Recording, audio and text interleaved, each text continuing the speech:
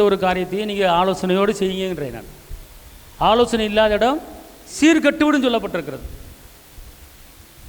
மாத்திரமல்ல, நமக்கு ஆலோசனை கொடுக்கும்படி நம்மளுக்கு ஆயத்தமாக இருக்கிறார்.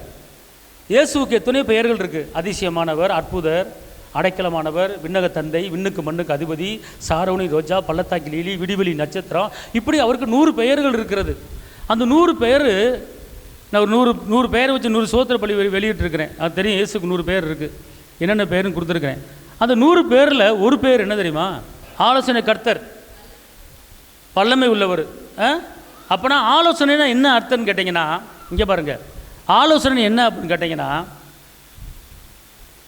ஞானம் அந்த ஆலோசனைக்குள்ளே அடங்கியிருக்கு. நீங்கள் ஒரு வேலைக்கு போனாலும் அதில் ஆலோசனை இருக்கணும். ஒரு ட்ரெஸ்ஸு வாங்குறீங்களா, அதில் கூட ஒரு ஆலோசனை இருக்கணும். ஒரு நகை எடுக்கிறீங்களா, அதில் கூட ஆலோசனை இருக்கணும்.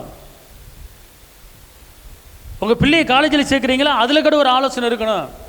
நீங்கள் இந்த இடத்துக்கு வேலைக்கு போகிறீங்களா, அதில் கூட உங்களுக்கு ஆலோசனை இருக்கணும். ஆண்டவர், இதுக்கு உங்களுக்கு சித்தம் இல்லையா? நீங்கள் போக சொல்கிறீங்களா, போக சொல்லியா, எனக்கு நீங்கள் வெளிப்படுத்துங்க, எனக்கு சொல்லித்தாங்க, எனக்கு ஆலோசனை தாங்க, யார் மூலமும் சொல்லுங்கள், எந்த ஊழியக்காரர் மூலமாக எனக்கு பேசுங்க அப்போ நீங்கள் அவர்கிட்ட சொன்னீங்கன்னா அவர் என்ன செய்வார்? அவர் ஆச்சரியமான காரியத்தை உங்களுக்கு செய்வார்.